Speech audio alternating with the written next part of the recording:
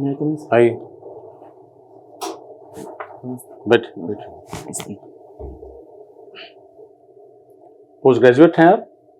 जी sir. किस subject से? दर्शन शास्त्र फिलोसफी से। कहाँ से किया? रामजस कॉलेज दिल्ली यूनिवर्सिटी से। वर्ष 2019 में। 19 से क्या कर रहे हैं अभी? 19 के बाद सर मैं घर चला गया था, कोविड आ गया था, तो वहाँ फिर थोड़ा कृषि कार्य किया। उसके बाद जो है बहन की शादी थी वर्ष 2021 में, फिर उनमें जिम्मेदारियाँ थी तो उसका निर्वहन किया। फिर वर्ष 2022 में पुनः दिल्ली आ गए, सिविल सेवा तैयारी शुरू की। हाँ, सिविल सेवा तैयारी कर रहा हूँ। ये कौन सा अटेम्प्ट है आपका? ये बीपीएससी में मेरा प्रथम प्रयास है। गुड। पहले प्रयास में आप इंटरव्यू दे रहे हैं? जी। तो दर्शन शास्त्र की कोई भूमिका आज देखते हैं ग्लोबलाइजेशन के दौर में? बिल्कुल सर। दर्शन उसकी शास्त्र प्रासंगिकता? दर्शन शास्त्र की बिल्कुल प्रासंगिकता पूरे वर्ल्ड स्तर पर दिखाई देती है। कैसे? क्योंकि चूंकि आजकल अभी हाल ही में वेनेजुएला मुद्दा चल रहा है, जहां साम्राज्यवाद का एक उदाहरण के तौर पर उसको देखा जा सकता है। वहाँ वही दर्शन शास्त्र विषय जो है नैतिक मूल्यों को बताता है कि हमें अपने कमजोरों के साथ किस तरह नीतिगत मूल्यों को बनाए रखते हुए कार्य करना चाहिए वर्ल्ड लेवल पे वैसे, और व्यक्तिगत स्तर पर भी हमें नैतिक मूल्यों को बना के रखने से जो है सामाजिक सद्भाव बनता है। और ये तो थ्योरी हो गई, हुआ तो नहीं ना? हुआ तो उल्टा, लेकिन वर्ल्ड स्तर पर नीतिगत मूल्यों को बनाए रखना जरूरी होता है। उसकी आलोचना यूएनओ में भी की जा रही है। वर्ल्ड यूएनओ के जो महासचिव हैं उन्होंने इसकी तीखी आलोचना। यूएनओ का भी भविष्य वही होगा जो लीग ऑफ नेशंस का हुआ, ऐसा मानते हैं आप? पूरी तरीके से तो नहीं सर, लेकिन यह है कि इससे सहमत नहीं हूँ, क्योंकि वो कई स्तर पर वो ठीक कार्य कर रहा है यूएनओ भी। जैसे शांति व्यवस्था बनाए रखने के लिए अफ्रीका के कई देशों में वो लगातार कार्य कर रहा है। कौन सा कार्य, किस देश में? जैसे ब्लू हेलमेट के द्वारा वो हमारे देश के सैनिक भी उसके अंतर्गत जाते हैं और वहाँ जो है शांति व्यवस्था बनाए रखने के लिए और मानवाधिकार की रक्षा के लिए लगातार कार्य कर रहा है। इसे ब्लू हेलमेट कहा जाता है। यूएन को स्थापित करने की क्या मुख्य कारण क्या थे? विश्व युद्ध सर, लगातार 2 विश्व युद्ध हो गया था। 1914 से 1918 के बीच पहला विश्व युद्ध हुआ, फिर 1939 और 1945 के बीच दूसरा वर्ल्ड वार हुआ। तो वैश्विक स्तर पर शांति बनाए रखने के लिए यूएनओ की स्थापना की गई थी। तो विश्व में शांति बनी? हद तक बनी सर, लेकिन कुछ न कुछ आपस में युद्ध वगैरह होते रहे। तो भारत ही नहीं किए। 3 युद्ध भारत ने किए पाकिस्तान के साथ। और हम दावा करते हैं कि भारत शांति प्रिय राष्ट्र है। सर ऐसा नहीं है। शांति प्रिय नीति के अनुसार भारत बने रहना चाह रहा था, लेकिन पाकिस्तान के द्वारा लगातार उधर से जो है आतंकवादी गतिविधियां जो है लगातार होती रहती थी। इस वजह से भारत को भी अपनी प्रतिक्रिया के तौर पर। तो विपिन, आप ये बताएं कि जो बिहार एडमिनिस्ट्रेशन के बारे में अगर हम लोग बात करें, अगर आपको क्या लगता है वहां पे क्या क्या चीजें मिसिंग है? बिहार जो एडमिनिस्ट्रेशन है उसमें क्या मिसिंग है जो होने से काफी अच्छा होता? ऐसे तो मुझे नहीं लग रहा है कुछ मिसिंग है, लेकिन उसका क्रियान्वयन प्रशासन में जो है इम्प्लीमेंट अगर सही ढंग से हो जाए और बढ़िया ढंग से तो और बेहतर होगा सर। किस चीज का क्रियान्वयन? नीतियों का जमीनी स्तर पर लास्ट माइल कनेक्टिविटी बढ़िया हो। तो उसी को तो मिसिंग बोलते हैं ना। मतलब साथ क्रियान्वयन के स्तर पर लेवल सैटिस्फैक्टरी लेवल पे उसका क्रियान्वयन होना था, वो नहीं हो रहा है। आप मानते हैं कि नहीं हो रहा है? हो रहा है, लेकिन उतना बढ़िया नहीं हो रहा। हाँ, वही सैटिस्फैक्टरी लेवल नहीं हो रहा है, तभी तो आप कह रहे हैं। तो ऐसे और कौन कौन सी चीजें हैं जो आपको लगता है कि वहां भी इंप्रूवमेंट का स्कोप है, जो सैटिस्फैक्टरी लेवल नहीं है? एक तो सर आपदा के विषय में हम कह सकते हैं, जो उत्तरी बिहार में जो बाढ़ आते रहते हैं उसके विषय में हम कह सकते हैं वहाँ कुछ और अच्छे कार्य किए जा सकते हैं। जैसे इंफ्रास्ट्रक्चर का जो निर्माण हुआ है उधर बाढ़ के एरिया में, उसको बहुत निगरानी। उसमें वो जो आपदा प्रबंधन है उसमें प्रॉब्लम किस चीज की है?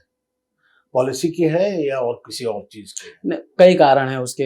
एक तो भौगोलिक स्तर पर वहाँ की भौगोलिक संरचना ही ऐसी है कि वो सतही एरिया है पूरी तरीके से। जब नदियाँ उधर से आती हैं तो उनका मार्ग जो है बदल जाता है। जैसे कोसी नदी है वो उसका मार्ग बदलता रहता है, इसके वजह से उसकी ठीक ढंग से जो है मतलब बेसिकली हम लोग बाढ़ को नहीं रोक सकते, उसके इम्पैक्ट को कम कर सकते हैं। इम्पैक्ट को कम कर ठीक सकते हैं। और बताएं, और कौन सा चीज है जो कि लगता है कि और एक महिला के क्षेत्र में एक हम जो है अच्छा कार्य कर सकते हैं उसको इम्प्लीमेंट करके, जैसे अभी महिला का के सशक्तिकरण या उनके जो अपराध है उनके खिलाफ हो रहे हैं उसमें दोनों के खिलाफ सर, महिला सशक्तिकरण और अपराध दर को क्या कम करने के उसमें प्रयास। क्या इम्प्रूवमेंट कैसे कर सकते हैं? महिला सशक्तिकरण के लिए हम सर्वप्रथम महिलाओं को पहले जमीनी स्तर पर जागरूक करने की आवश्यकता है। इसके अलावा अभी सरकारी नौकरियों में जो है 35% रिजर्वेशन की व्यवस्था है, तो उसको जागरूक करा के, वो तो लागू हो ही रहा है, उसके आगे हमारे जो है जो महिलाएं हैं उनको जागरूक कर और जीविका के माध्यम से उन आर्थिक रूप से सशक्त बनाने की आवश्यकता है और राजनीतिक रूप से निर्णय निर्माण भूमिका में उनकी भूमिका को तो ये बढ़ाने की आवश्यकता जागरूक जो है हम लोग किस तरह से कर सकते हैं? है। एक मतलब तो कौन सा माध्यम से हम उनको जागरूक बना सकते हैं? एक तो व्यक्तिगत स्तर पर, पारिवारिक स्तर पर उसको आगे बढ़ाने की जरूरत है महिलाओं को। इसके अलावा साप्ताहिक कार्यक्रम किया जा सकता है गांव-गांव जो जाकर। फॉर्मल जमीनी स्तर- शिक्षा है उसका आप कोई रोल नहीं हाँ, देखते? फॉर्मल शिक्षा में भी उनकी नामांकन दर को बढ़ाने की आवश्यकता है। उनकी लिटरेसी रेट कम है, 51% के आसपास है, उसे बढ़ाने की आवश्यकता है अभी। तो अगर शिक्षा पे ध्यान दिया जाए तो हो सकता है कि बिल्कुल सर। जागरूकता खुद ब खुद बढ़ सकती है। जी सर। विपिन, फिलॉसफी के स्टूडेंट हो तुम, जिद्दू कृष्णमूर्ति का नाम सुना है? जी सर। कौन वो है ये? समकालीन भारतीय दार्शनिक है जी कृष्णमूर्ति। कोई इंडियन फिलोसोफर का नाम बताओ जो ग्लोबल फिलोसफी करिकुलम का हिस्सा। हम लोग तो काफी पढ़ते रहते हैं सभी वेस्टर्न फिलोसफर्स को। कोई इंडियन, इतना हम लोग मानते हैं कि भारत दार्शनिक देश रहा है, स्पिरिचुअलिटी यहाँ पनपता और पलता है। स्वामी विवेकानंद का नाम हम देना चाहेंगे कि वो नहीं देना चाहेंगे? नहीं, स्वामी विवेकानंद दूसरे देशों में एक फिलोसोफर के तौर पर पढ़ाए जाते हैं। इसके बारे में से जानकारी है। इस सरकार का थ्रस्ट एरिया है भारतीय ज्ञान परंपरा। तो क्या आपको लगता है कि ज्ञान परंपरा को देश की चौहद्दी में बांटा जा सकता है, या ज्ञान अपने नैसर्गिक रूप में व्यापक होता है, यूनिवर्सल होता है? उसको, जैसे प्यार को आप सरहदों में नहीं बांटते हैं, जी सर। भूख सरहदों में तो नहीं पलता है। ज्ञान सर्वव्यापक विषय है, इसे बांटा नहीं जा सकता सर। तो इस तरह का जो मतलब फोकस एरिया है न्यू एजुकेशन पॉलिसी का, तो उससे आप असहमत हैं? भारतीय ज्ञान परंपरा, इंडियन नॉलेज सिस्टम, नई शिक्षा नीति से सहमत हैं। भारतीय ज्ञान परंपरा के अनुसार ही उसको आगे बढ़ाया जा रहा है और उसमें व्यवसायिक शिक्षा को जोड़ा जा रहा है कक्षा 6 से। तो भारतीय ज्ञान परंपरा के अनुसार नई शिक्षा नीति से मैं सहमत हूँ। नहीं, आप फिर मिला जुला रहे हैं इधर से उधर, सवाल पर आप नहीं ठहर रहे हैं। Sorry sir. और अभी भारत को किसी खतरे के बीच आप पाते हैं? क्योंकि जितने भी नजदीकी देश हैं, चाहे बांग्लादेश हो, नेपाल हो, श्रीलंका हो, पाकिस्तान भी हो, वहां सिविल अनरेस्ट के कारण सरकारें बदली हैं या बिल्कुल तख्ता पलट किया गया है? तख्ता पलट हुआ है सर, अभी बांग्लादेश में हुआ है, नेपाल में हुआ है।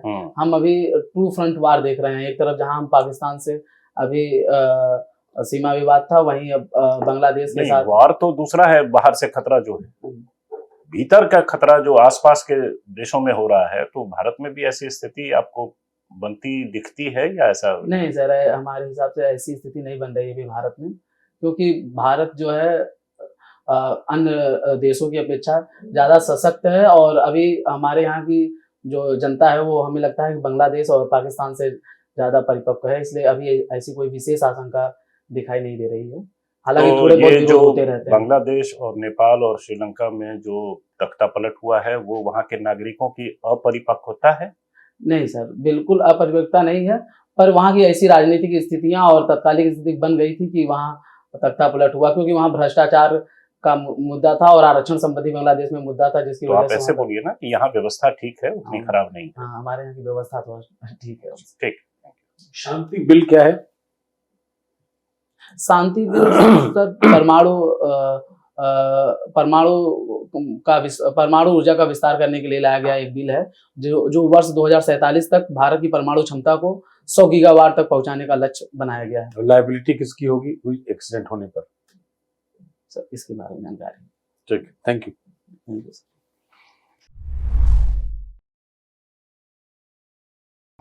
हाँ विपिन, फीडबैक के तौर पर आप पहले अपना फीडबैक दीजिए कि कैसा रहा परफॉर्मेंस। मुझे लगता है मैं बातों को सही ढंग से, हमें लगता है कह नहीं पाए अभी और क्लियरिटी आना चाहिए। डिलीवरी ठीक था आपका? आप खुश हैं डिलीवरी नहीं से? सर अभी खुश नहीं है, अभी थोड़ा सा और तैयारी करने की नहीं, आवश्यकता है। डिलीवरी मतलब जैसा बोल रहे थे ठीक ही था, लेकिन यह है कि और थोड़ा सा जानकारी हमको और शब्दों का और कायदे से इस्तेमाल करना कई चाहिए। बार ऐसा लगा कि आप थोड़ा हड़बड़ा उत्तेजित हैं, तो उस उत्तेजना से बचना है। कई बार क्वेश्चन खत्म होने के पहले ही जवाब देने की टेंडेंसी है, वो थोड़ा रुकिए। ज्यादा शालीनता दिखनी चाहिए आपकी डिलीवरी में, ठीक है? वो थोड़ा कम दिखा मुझे, उतावलापन थोड़ा रिफ्लेक्ट हो रहा था, उससे बचिए, ठीक है? अदरवाइज ठीक है, आपका अच्छा है। और थोड़ा पढ़ लीजिएगा तो और कब है जवाब- इंटरव्यू? 5 फरवरी को सर। और टाइम है, आराम से तैयारी करो, है ना?